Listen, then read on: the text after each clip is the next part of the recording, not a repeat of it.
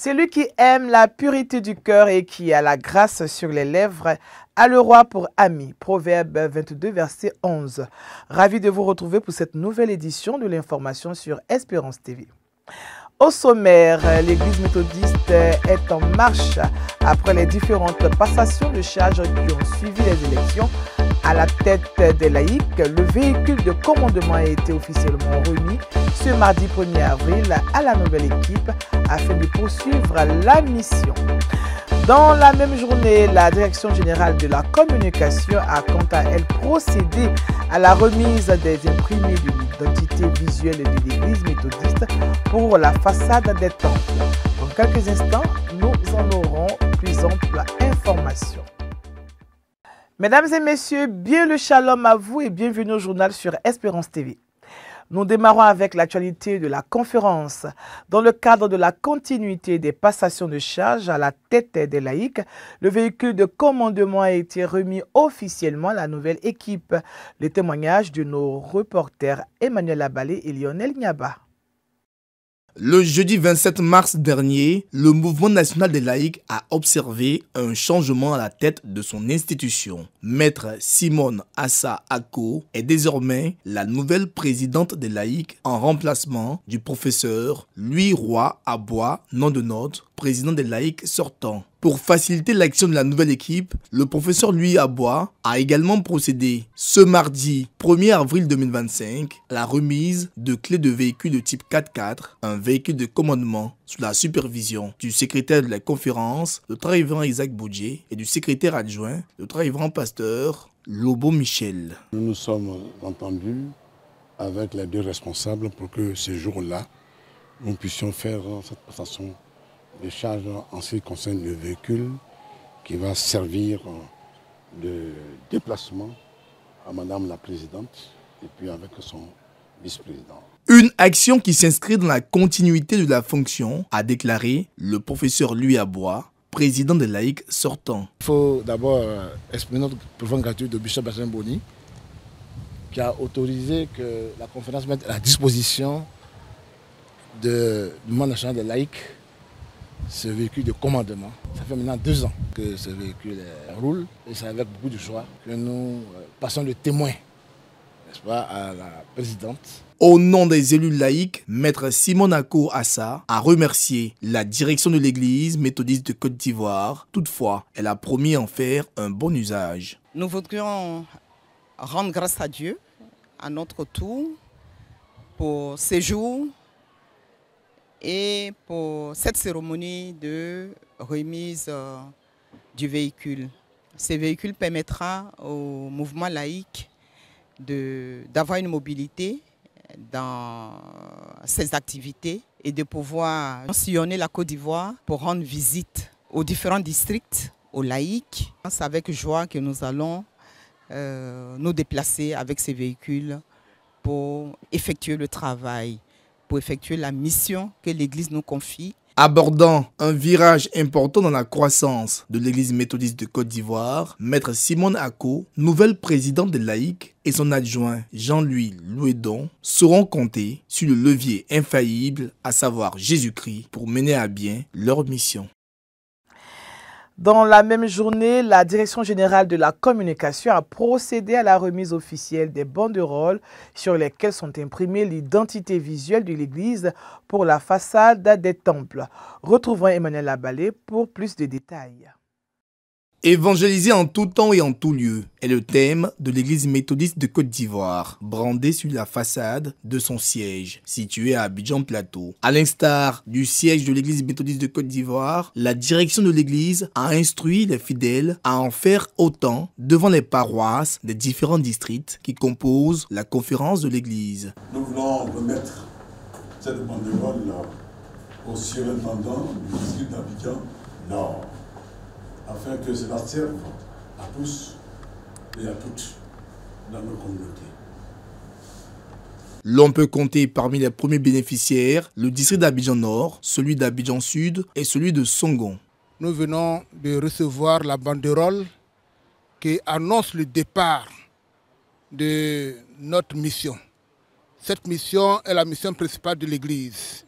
Nous devons tous nous engager pasteurs, laïcs, jeunes, même enfants à cette mission de l'évangélisation. Nous avons eu l'honneur de recevoir les banderoles dans les mains des autorités de cette église. Nous voulons encourager toutes les églises à emboîter le pas. Nous voulons aussi féliciter ceux d'abord qui ont déjà pris et ceux aussi qui sont en train de travailler en long pour venir. Nous les encourageons à le faire.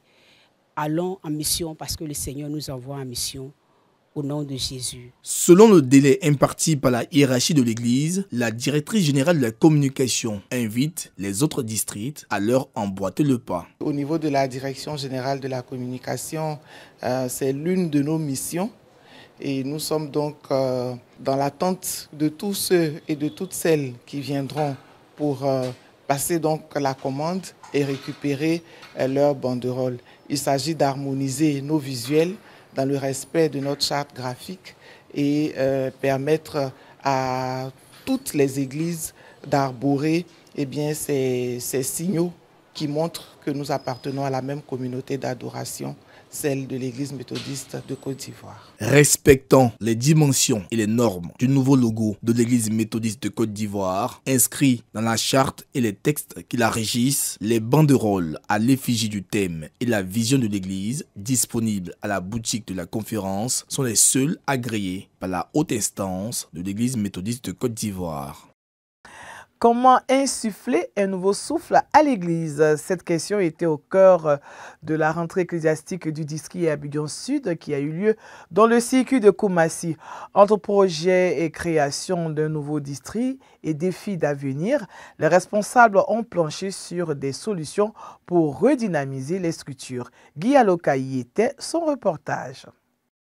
Fardeau et leadership chrétien pour un réveil dynamique de nos communautés et structures. C'est autour de ce thème que s'est tenue la rentrée ecclésiastique du district méthodiste d'Abidjan Sud. Cet événement, placé sous le signe de la réflexion et de l'engagement, a réuni responsables ecclésiastiques et laïcs autour des défis à relever pour redynamiser l'œuvre de Dieu. Présidé par le très révérend pasteur Isaac Bodje, surintendant par intérim du district, cette rencontre a permis d'aborder des axes majeurs pour l'avenir des communautés et structures méthodistes. Au cœur des échanges, la possibilité de création d'un nouveau district ordinaire, celui de Port-Boué, distinct du district d'Abidjan Sud. Un projet initié sous l'impulsion du regretté très révérend pasteur Philippe Adjobi. Nous devons relancer les activités du district. Les structures doivent reprendre leur bâton de pèlerin. À la tête de chaque structure responsable, les circuits, à la tête d'un circuit, un pasteur avec son collaborateur immédiat, le président des laïcs du circuit. Tous ensemble, nous devons nous tenir main dans la main et faire avancer le travail. Dans l'optique d'apporter des solutions concrètes aux défis du district, 5 équipes ont été constituées pour travailler en atelier sur des thématiques, notamment intensifier les efforts d'évangélisation, implication accrue des laïcs dans la vie financière du district, la régularisation du patrimoine foncier du district Abidjan Sud. Ces réflexions ont permis d'esquisser des stratégies et actions à mettre en œuvre pour assurer une meilleure organisation et un développement harmonieux des structures ecclésiastiques. Du côté des participants, l'appel à un engagement renouvelé a trouvé un écho favorable. Je voudrais appeler ici tous les laïcs de ce district, Abidjan Sud, à se mobiliser autour de ce projet. Nous allons travailler à l'évangélisation, nous allons travailler à la mission, à l'avancement de l'œuvre dans ce district à travers la mobilisation financière. Tous ensemble de la prière, nous partons de l'avant. Et qu'ensemble encore, nous puissions avoir des projets, des visions pour faire avancer l'œuvre de Dieu. En marge des travaux, certains laïcs ont été distingués pour leur engagement à l'œuvre au sein de leur communauté. Les travaux ont été couronnés par un mini-culte solennel. symbole de l'unité et du renouvellement spirituel. Cette rentrée ecclésiastique marque ainsi un tournant important dans la vie du district méthodiste d'Abidjan Sud, avec la ferme volonté d'insuffler une nouvelle dynamique au service de l'œuvre de Dieu. Toujours dans le district Abidjan Sud, le dimanche 30 mars, la nouvelle présidente nationale des laïcs de l'Église méthodiste de Côte d'Ivoire, Maître Simon Ako, a effectué une visite marquante au temple Shekinah de Vridicité. La raison, rendre grâce à Dieu pour le bon déroulement du processus électoral de l'Église et réaffirmer son engagement envers la communauté méthodiste. Une visite qui intervient après la passation de charges effectuée le jeudi 27 mars dernier. Guy Aloka et Marcel Dali. Le dimanche 30 mars 2025, Maître Simon Ako, récemment élue présidente nationale des laïcs de l'Église méthodiste de Côte d'Ivoire, a effectué une visite à l'Église méthodiste Shekinah de Vridicité dans le district Abidjan Sud, un district dont elle est originaire. Accompagnée de son adjoint Jean-Louis Louedon, elle a exprimé sa gratitude envers Dieu pour cette nouvelle mission et a tenu à témoigner de son engagement envers la communauté. Notre présence s'inscrit dans le cadre des visites que nous avons résolu d'entreprendre. Nous sommes venus saluer la communauté, saluer le pasteur Ismaël Kida, qui spirituellement nous a accompagnés pour que nous soyons au poste où nous sommes. Une prière a été dite à leur endroit afin de les recommander au Seigneur, l'auteur de toute grâce. Face aux nombreux défis sociaux et économiques auxquels la jeunesse méthodiste est confrontée, le vice-président des laïcs a pris la parole lors de ce culte de célébration pour adresser un message fort aux jeunes. Nous avons un message à l'endroit de notre jeunesse à partir de cette église Shekinah de Vridicité pour dire à notre jeunesse de ne pas désespérer. Nous allons travailler avec la jeunesse pour que la jeunesse se sente impliquée dans la vie quotidienne de notre église et dans les projets à venir de notre église. Et nous savons que sans jeunesse, il n'y a pas d'avenir pour notre église. Au cours de cette célébration, le révérend pasteur Ismaël Akida, pasteur en charge du circuit de Vridi, a invité l'assemblée à méditer sur le thème « S'ils m'ont persécuté, ils vous persécuteront aussi ». Extrait de Jean chapitre 15, verset 20, rappelant que la fidélité à Dieu est souvent mise à l'épreuve, mais qu'elle demeure une source de force et de bénédiction. C'est Dieu qui nous a appelés. Et donc tout ce que nous rencontrons comme difficulté, comme hostilité, venant des hommes, ne doit absolument pas tenir sur la mission que nous avons reçue, sur la vocation que nous avons reçue du Seigneur. Cette parole donc vient donc nous fortifier, fortifier tous ceux qui sont incompris et qui ont tendance à lâcher prise, ont tendance à abandonner, à reprendre courage, à lever la tête, à ne compter sur Dieu et Dieu seul. Ce déplacement constitue la première d'une série de visites programmées par la nouvelle équipe dirigeante des laïcs méthodistes qui prévoit rencontrer l'ensemble des communautés ecclésiales dans les prochains mois. Depuis le dimanche 30 mars, la communauté Bethel du quartier Éléphant de Gonzagueville est en veille spirituelle pour le compte de sa semaine spirituelle dénommée Allons à Bethel. Le lancement officiel de cette 3e édition a eu lieu le dimanche dernier. Raphaël Dompé nous en dit plus dans cet élément.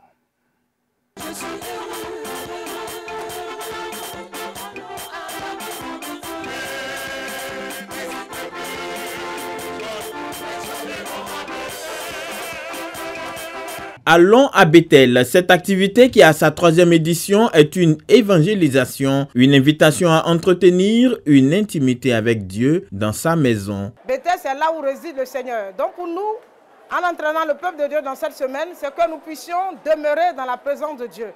Et quand on est dans la présence de Dieu, on vient pour se ressourcer, on vient pour apprendre. Mais particulièrement cette année, l'accent est mis sur l'amour fraternel. Nous avons constaté que l'amour disparaît de nos rangs. Il est bien de renforcer les capacités en mettant l'accent sur l'amour qui est une valeur de Dieu, une valeur théologale. Et cette année, nous voulons ressembler vraiment aux disciples de Jésus. Parce que nous voulons renforcer notre lien de fraternité. Nous invitons tous ceux qui ont soif de Dieu à venir avec nous pour nous rapprocher de Dieu.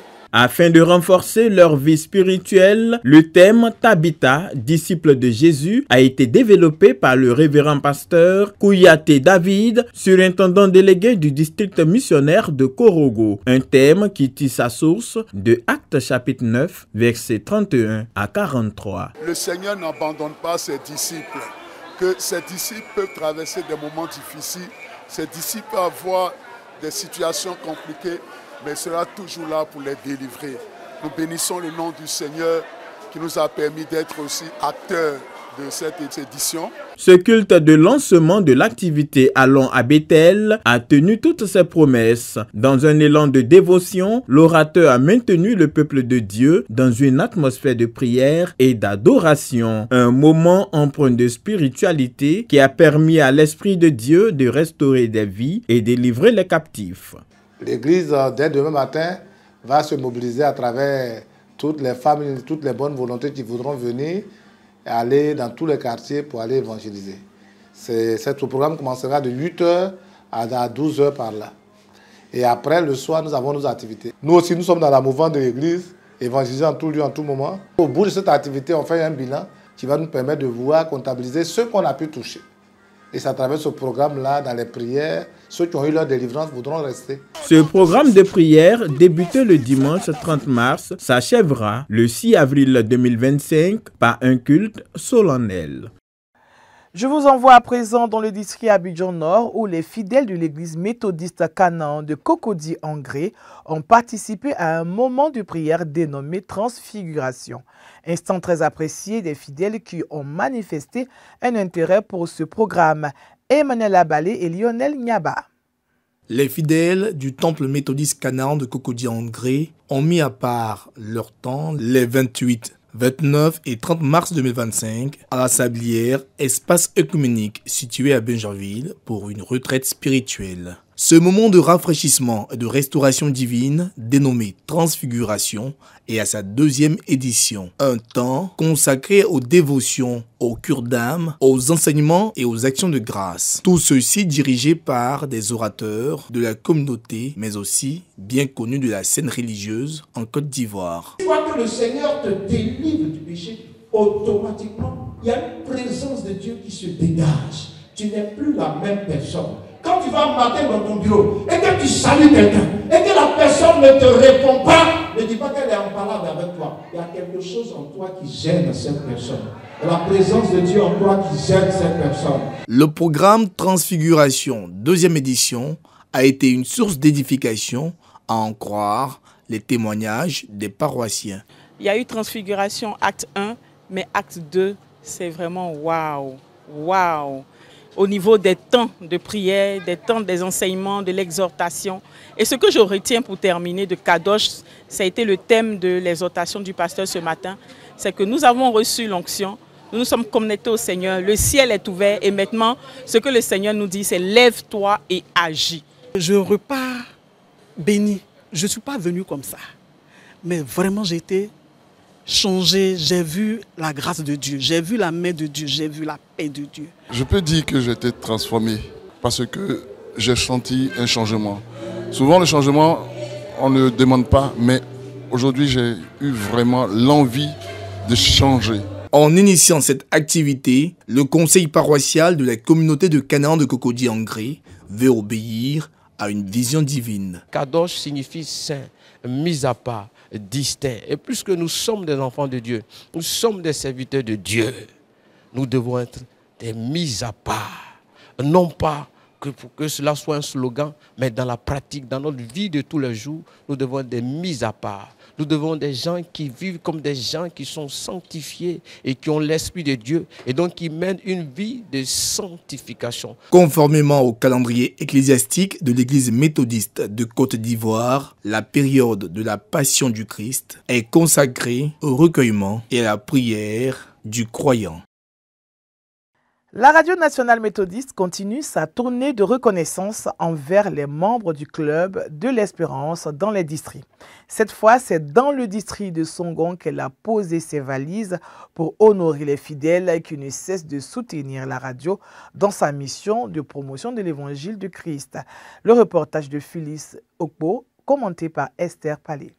Ce sont plus de 130 membres du Club de l'Espérance venus des districts de Songon et d'Abou qui ont été honorés par la radio méthodiste La Voix de l'Espérance. Cadre choisi pour l'occasion, le temple Jéhovah-Jireh de Songon-Agban. C'était en présence des autorités coutumières et religieuses, dont le surintendant délégué du district de Songon, le révérend pasteur Frédéric Agba. Dans son message, extrait de Genèse chapitre 22, les versets 15 à 18, qui avait pour thème « Parce que tu as fait cela », l'orateur du jour a montré la portée des actes de soutien posés par les membres du Club de l'Espérance en faveur de la radio depuis sa création et les bénédictions qui y sont rattachées. Il a fait quelque chose et c'est parce qu'il a fait cette chose que Dieu a dit « Parce que tu as fait ces conséquences ».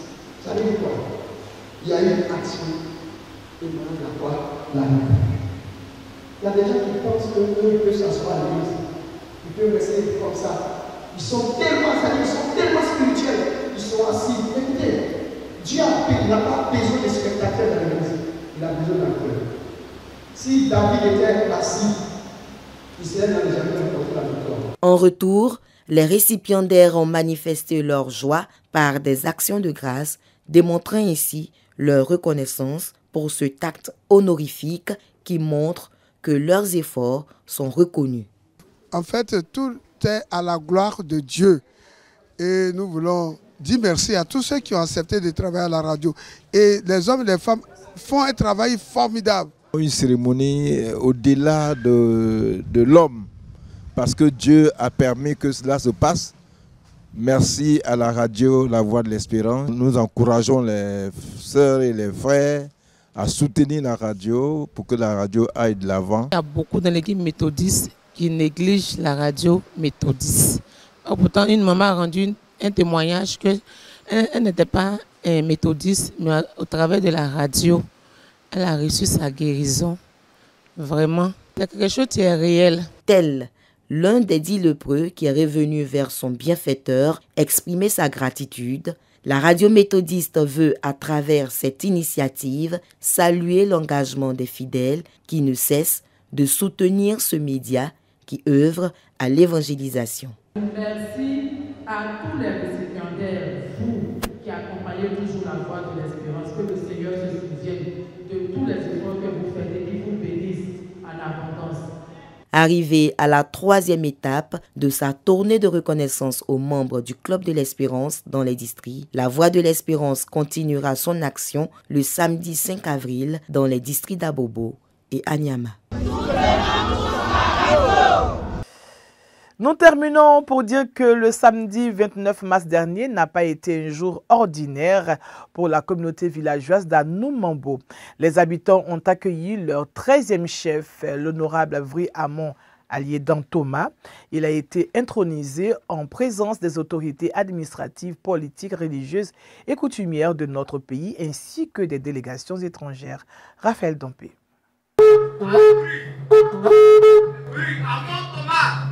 C'est officiel, le village Achanda-Noumabo a désormais un chef. Son nom, honorable Vri Amon Aliédan Thomas. Dans l'histoire de ce village de la fratrie Bidjan, il est le 13e chef à accéder au trône. Il a été investi dans ses nouvelles charges par le doyen d'âge de la catégorie Doubo, précédemment au pouvoir. Il reçoit ainsi les attributs de chef pour présider la destinée de ce village de la commune de Marcory. Remettant l'arrêté préfectoral au chef, symbole du pouvoir de l'État, le secrétaire général de préfecture, Sendou Dosso, a donné quelques conseils d'usage au nouveau chef. Au nom du préfet Andoukoua, préfet du département d'Abidjan, de vous remettre en main propre l'arrêté numéro 088 vous nommant dans les fonctions de chef de village d'Anumombo.